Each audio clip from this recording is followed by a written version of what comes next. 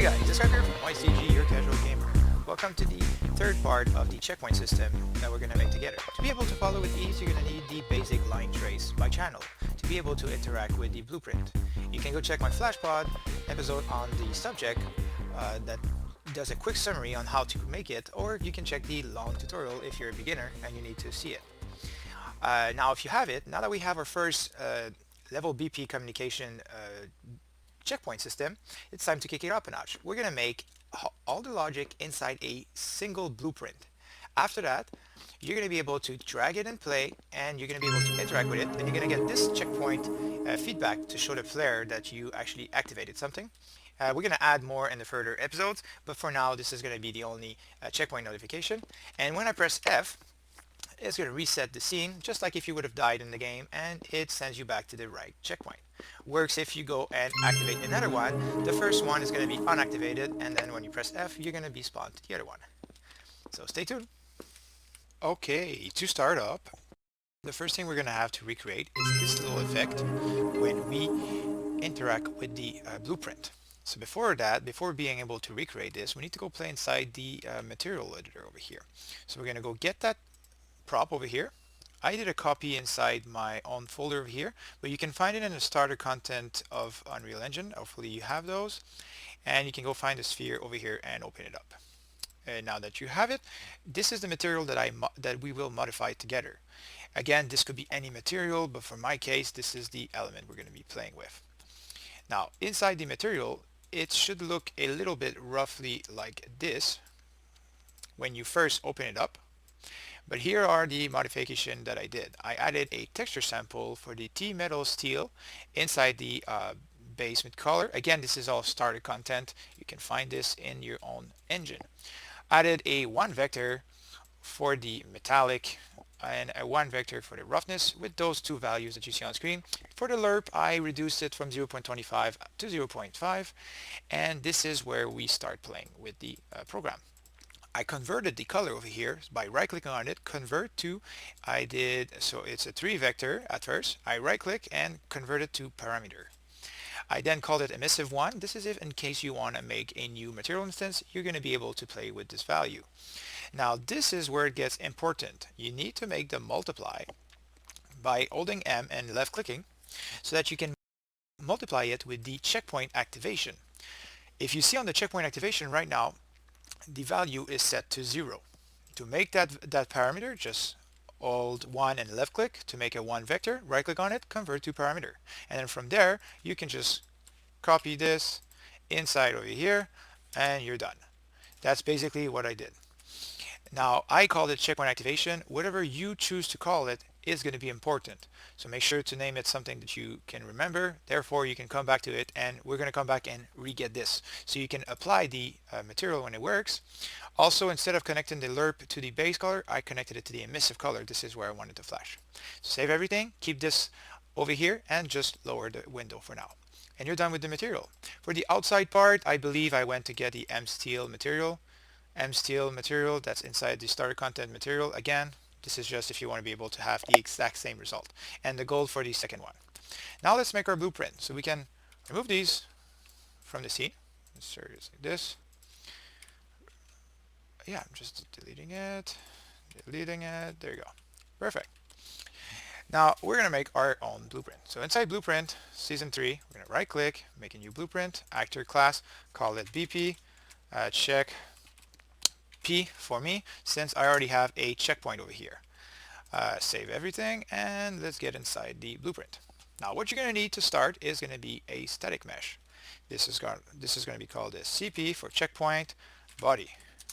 Then we're going to add a sound effect, call it CP sound effect, and another one for another static mesh. This one's going to be called CP respawn point. So this is where you're going to be respawning afterward. So just make sure to drag it up, attach it to the root, not make a new root. That way you can move all of them independently. You won't have everything that changes because you change one of the components. Compile and save. For the CP respawn point, we're going to add a cube shape, shape cube, and let's just put it to 0.5. I believe that was a good measure, and we're going to set it to hidden in game. That way you can decide where you want to put it. I'm going to drag it a little bit forward, just like that, and compile and save. You're going to be able to play with this after that in the editor viewport. Now in the construction script, when I make my blueprint, I like to have them as mostly customizable as possible. So for here, we're going to control drag the body and the sound effect, because these are the two things we want to customize right now. We're going to do set static mesh, like so, and set sound, like that. That way, when you drop it inside your level, you can choose your custom sound, your custom look, your custom everything. For the mesh, we're going to go get we're going to promote your variable, call it custom CP look. And for this, we're going to call this one promoter variable custom CP sound effect. Therefore, if you're the programmer and you want to send this to your team, they just have to put in the mesh they want and the sound effect, and they don't have to go inside the blueprint and touch any of your program. From here, we're going to make them editable. This is why I toggled this little eyeball over here. Then we're going to set them inside a category customizable, like so. Compile and save, drag the sound effect too, and you're done with this. Now we're going to need to make a few variables. For the customizable part, we only need one more, and it's going to be called checkpoint. We're going to make it into a byte and compile and save. Make it editable and just drag it up. So this is when you're going to have it in scene. You're going to choose which checkpoint is being activated when you interact with it. And you're done with the setup for this part. Now let's side the blueprint. Let's start making our program. So first off, I always like to do my initial setup. I'm going to fast forward the video since I always go through these with you guys. You guys should know them by now. We're going to do a cast to the character and a cast to the game instance. So let's go.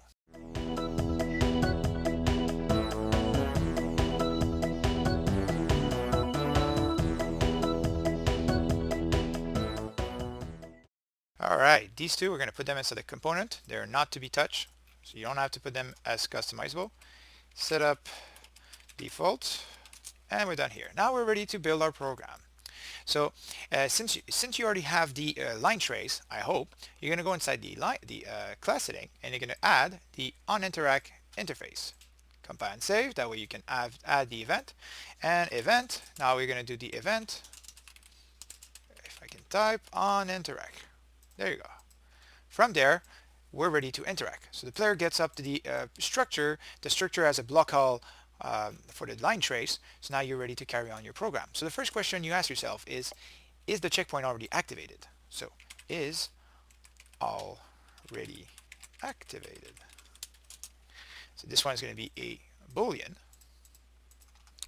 And we're going to drag this in and Alt B and left click to make a branch. And this is the first question we ask. Is it already activated? If not, that means we can activate it. So it's going to automatically activate it. So do once, just for the trollers that wants to break your program and spam the key. So this is going to go inside the component. Here we're going to make a custom event, call it reset, just in case you want to be able to give the mobility to your player to be able to reactivate all checkpoints if they don't want to die from somewhere else inside the game. A bit like Dark Souls when you backtrack and everything. Now you're ready to carry on your program. So the first thing, you're activating it. So now it is going to be activated. So you're going to alt drag in, make it activated. Now we're going to add another variable, and it's going to be called being interacted with. Now we're going to add this here and make it yes. And you're going to understand later on why I use this variable. Because I could explain it to you right now, but you'd be more confused than anything. So let's just carry out from there. Now we are saying it is activated and it is being interacted with. So these are two different questions. I know they sound like the same. So from here we're going to do our little sound effect. So we can just drag the sound effect in and play. For the sound effect, it's going to be in the link description below, like always. I'm ending it to you guys. And we're also going to get the control drag the game instance and set checkpoint to your custom checkpoint. So control drag the checkpoint in and put it as the set value that you're going to have. So let's say I was activating, in our case, we had, I think it was 3 and 4 for the checkpoints. Let me see if I'm correct. Yeah, go check. There's 1, 2, that would be 3 and 4. So this would be 3. So if I were to set this value over here that now is set at 0, but we're going to customize it after, it would be set at 3. It's going to set the checkpoint to 3, and then it's going to carry on. After you play the sound, this is where we're going to add our little checkpoint notification for the player to know that the checkpoint is activated. So let's do a timeline, call it checkpoint, or just CP notification. There we go. Double click inside. We're going to put the length to 2. Add a value. We're going to call it flash material. We're going to do a shift click on the timeline to add 2 points. The first one's going to be at 0, 0. And the second one's going to be at 2. So 2 seconds for the timeline and 1 for the value. And if you want to be able to clean up this over here, you can click on these little 2 arrows over here, and then it's all clean and dandy. You're done with your timeline. No to play, no loop. Just set it to 2 and we're good. Event graph, we're going to connect the player start over here. The reason we only put it to 2 seconds is if you put it to 5 seconds, this is how much time it takes for the flash to happen. 2 seconds fine is enough. It's enough time for you to get the feedback also to the player so that he understands that the checkpoint is activated. But if I put it to 5 seconds, then it's like you're just dragging there and like what's happening, you know? So from there, we're going to update the material. And this is where you drag the body in, and we're going to go get the material scalar parameter that we created together. So we're going to do a set scalar parameter value on material. You're going to add the update over here, and we're going to go get the name for the parameter name. That's over here. So click over here, Control C, over here, Control V, and that's it. If there was one little mistake over here, it wouldn't recognize it and your program wouldn't work. So this is why we put it like that. So now if I have all this set up, the program should fire. So the checkpoint would be activated.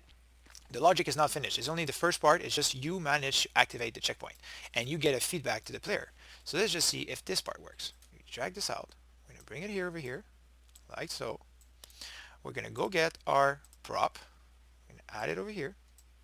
Don't matter how it looks right now. I think the value was 0.625 for me. Enter. Yeah, that's about right. Just rotate it and press N to bring it flush to the ground.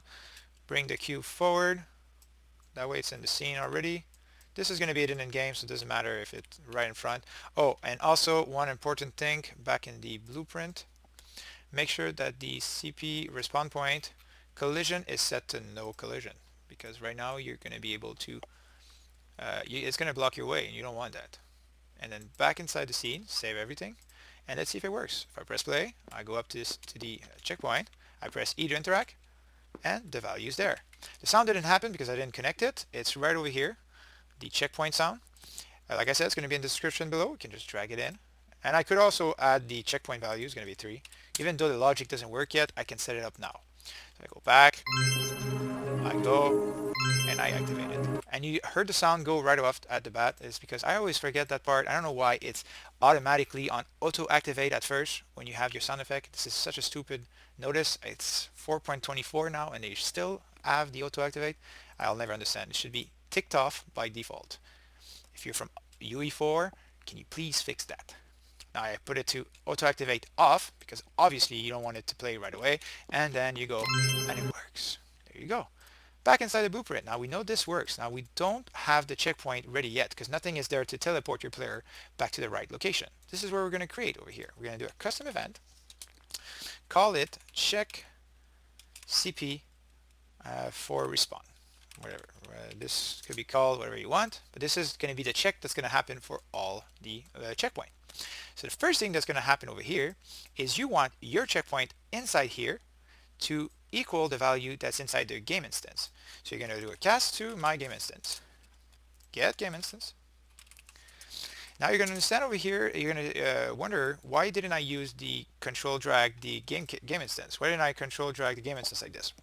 Well, the reason is the level blueprint is going to fire up this event, and it fires it right away. So if I go inside the persistent level, the level blueprint, this is the new program.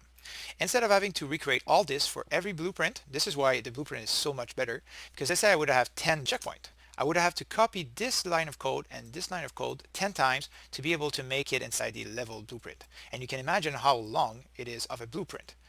of work. But over here, all I need is those two little nodes now, and it's going to work because all the logic is going to be inside my blueprint system. But since this fires faster than the event begin play, the cast doesn't have the time to react. So I have to remake a cast over here just for this purpose. So I do it. I get game. I get checkpoint. Checkpoint. Can't write it. There you go. I do an equal byte. So I want it to equal my value over here. So if it equals to 3, that means I activated the third checkpoint, and therefore I can set this to activated already. That means if it's true, then this checkpoint is already activated. I can go grab the set scalar parameter, put it back to 1, and I can now teleport my player there. And again, I need to do a cast to first person character, get player character, and from there teleport. And now you're going to teleport it to, you guessed it, the spawn location. So this is going to be Control C here, get world location, and connect it like this. Now that we have this, compile and save, and you are done this logic. As respawn at location of CP. There you go. Let's put that green. And this should work. Now let's test this out. We go back inside the first person character example map. We're going to delete this over here. Then do a get all actor of class. Get the blueprint.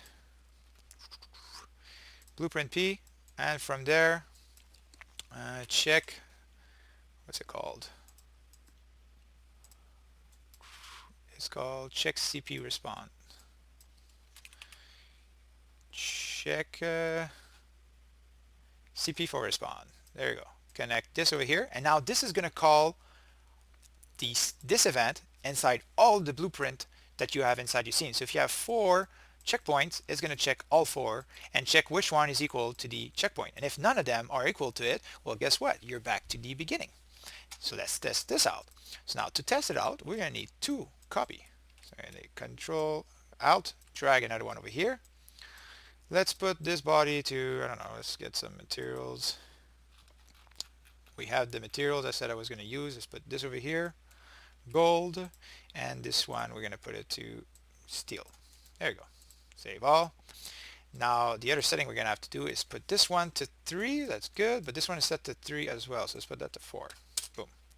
So now let's see if it works. I go back in the scene.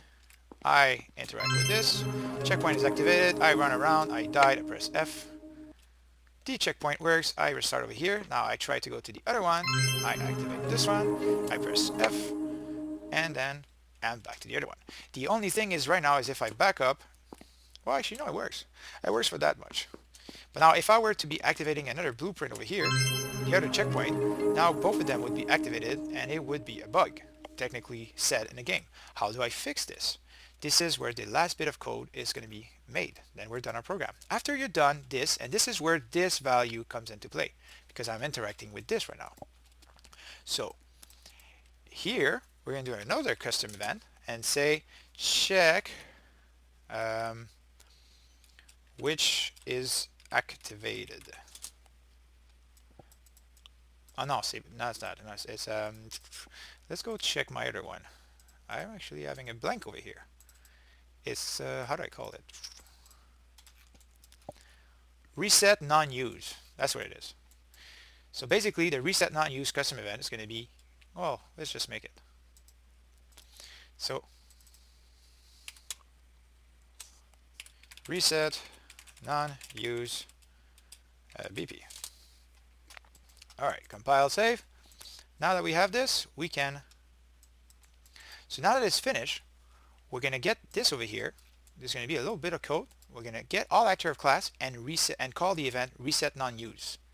And we're going to take 1 second to do it, and then it's going to check this. So look at this. Now that we have that, this is where it gets fun. So we're going to do a get all actor of class, get the BP, then from here, reset non-use BP, connect this over here. We're going to add a delay, of 1 second, and then we're going to is being interacted with, we're going to put it to off. And you're going to understand in a second why we did the being interacted with.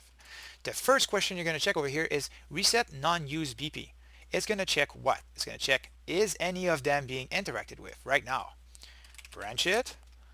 So now it's going to see that only the one that the player is currently activating is being interacted with.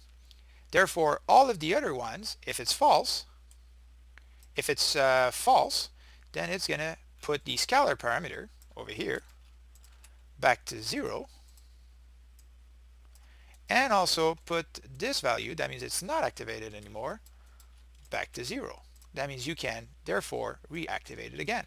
And let's double check, see if that's what it was, and that's exactly what it was. Oh, I need to reset the do once. Yeah, of course. Silly me. If I don't reset the do once over here, you won't be able to re-interact with it. Then I can just call the reset. Boom. Now your logic should work from A to Z. So reset non-used checkpoint. And there you have it. So let's see if that works. Save everything. I know that tutorial was long, but it's going to be worth it, guys. Now you have a nice system. I press play. Now I go up to the first one. Checkpoint is activated. The sound goes in. I activate the second one. First one is unactivated. If I press F, it knows I'm at the 4th location. And if I go back to the first one, the second one will not be activated anymore. And if I press F, the program knows where my next location is.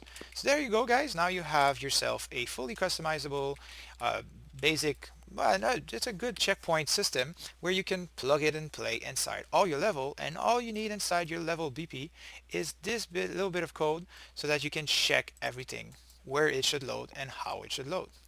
So I hope you enjoyed this. Like always, leave a thumbs up and subscribe if you like what you see, and if you would like more content. It always helps me out, and thank you very much for all of you that are now following my channel. And then the next episode, we're going to be adding some particle effect, just like you saw in the introduction, where you could see little particle effects would happen on the Ue4 sign. A little cute feedback to the player again. And also we're going to add also eventually a text that's going to animation that's going to happen to the screen. So have a good one. See ya.